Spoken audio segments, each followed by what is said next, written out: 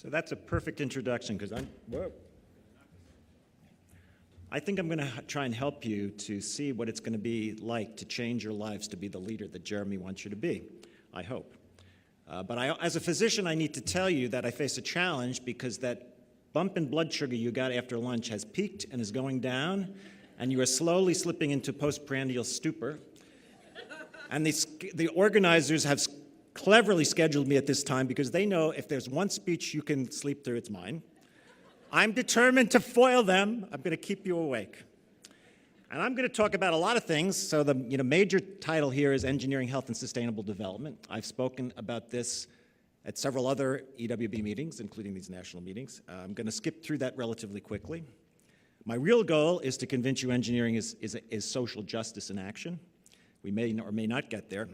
But I'm going to focus on that middle part in the subtitle, acting locally and thinking globally, because Engineers Without Borders, as an organization, as you know, is committed to the idea of acting at the community level to change the world, and that's very, very good. I'm going to move you from that notion, I hope, to the idea of thinking globally. In other words, if you're really going to be those leaders, it's not sufficient. It may be sufficient as Engineering Without Borders as an organization to just act locally, but as Engineers Without Borders, you personally have to be doing much, much, much more. So let's start with how I got into this, acting locally. Many of you have heard my story, and I'll be very quick about this, but I spent a number of years in Bangladesh, and why was I in Bangladesh? Because somebody had good intentions, and the good intentions went bad. So there are a lot of lessons you can learn from this experience, but we don't have time to dwell on them today. But anyway, many of you are aware that countries like Bangladesh have the problems that you've experienced in your countries, that is, diarrheal disease are chronic. And people are suffering and dying from them, particularly children under 5. And Bangladesh was the quintessential case for this for the world in the 1960s and 70s. So UNICEF and the World Bank and the UN decided to fix the problem, all the best intentions, and they figured, well, the problem was people were drinking the surface water. The surface water was chronically contaminated with microbes, and therefore we have to find a different source of water.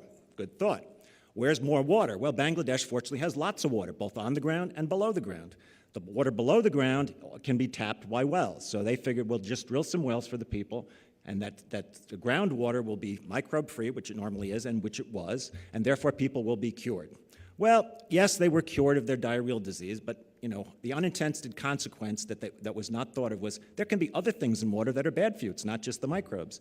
And Bangladesh is one of those places where, and there are other places around the world, where the groundwater is contaminated with high levels of other things, including arsenic, and arsenic is a poison. So for the last generation and a half, we have a population in that country of about 25 to 40 million people, which is not the whole population. Bangladesh has about 150 million people now. But a significant fraction of the population has slowly poisoned themselves with arsenic due to the good intentions of UNICEF and the World Bank. So that's why I was in Bangladesh, to try and figure out how to provide clean water that was not microbe contaminated, but also not arsenic contaminated.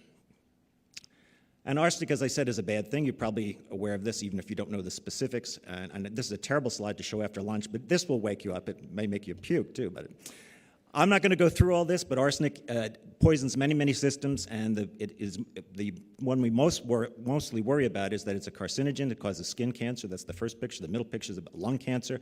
It causes lung disease that's not cancer. It also causes disease of the extremities on the bottom left. Yeah, I guess it's the bottom left for you too. Of peripheral vascular disease, which leads to autoamputation and gangrene of the digits and the feet and hands sometimes. And in addition, something that was not known when we got into this, but we suspected, was arsenic was a neurodevelopmental toxin, so that children who are exposed to this in utero and as they're growing up will have diminished mental capacity. So arsenic is very bad for you. And one of the points I want to make about this, which I've gotten fascinated by, is how much of a burden does this cause on the development of Bangladesh as a country?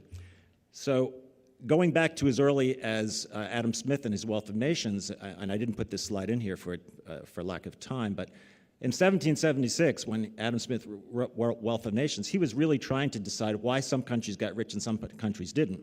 And one of the points he makes in that book is that when the population is sick, they're not going to work so well. If they don't work so well, they're not going to be productive. If they're not productive, they're going to be poor. If they're poor, they're going to be sick, et cetera. It becomes a vicious cycle. So in Bangladesh, one of my questions was, how much is this burden of arsenic in the drinking water costing the economy of Bangladesh?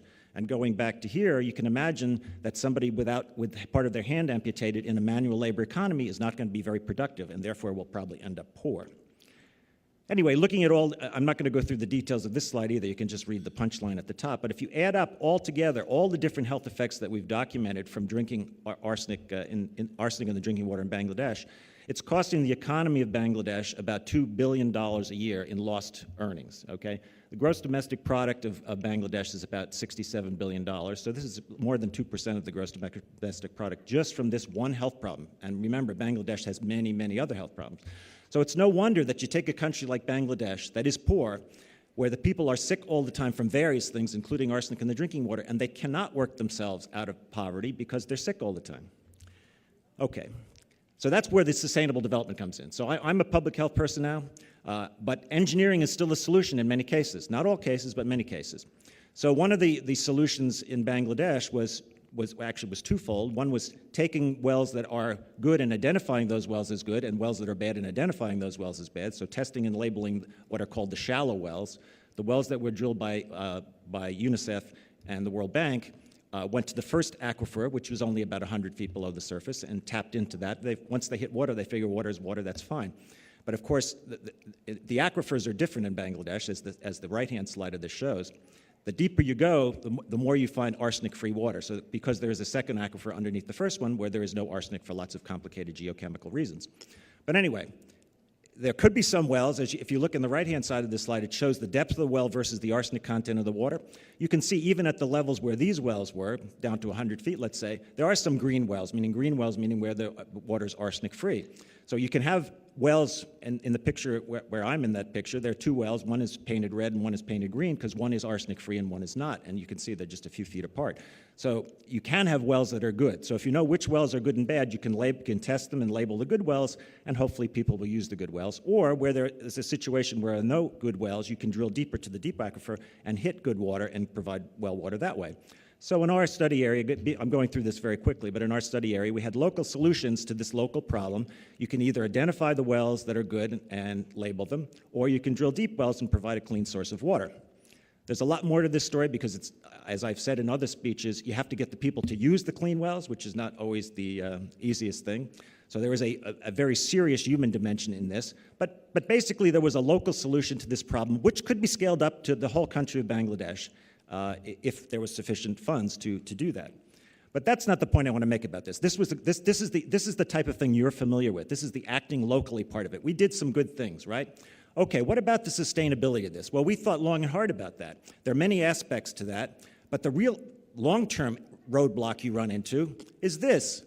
Bangladesh is a country that is very low-lying. Most of the country is within, as you can see here, but more than half is within 5-meter elevation of sea level. And there are things going on globally that will determine the sustainability of this solution, this local solution to our problem that we have no control over from the local level, okay? And that change is climate change. Climate change is going to cause sea level rise, saline infiltration of those aquifers, even the deep aquifers, actually the deep aquifers first, and therefore everything we've done locally, all those good deeds will be washed away by something else that's going on, by the global changes that are happening. So when you start thinking about the sustainability of anything you're doing, it cannot be just thinking locally. Everything else is changing in the world. And that got me to thinking about what is changing and why it's changing. So let's talk a little bit more about this, ecology and sustainable development.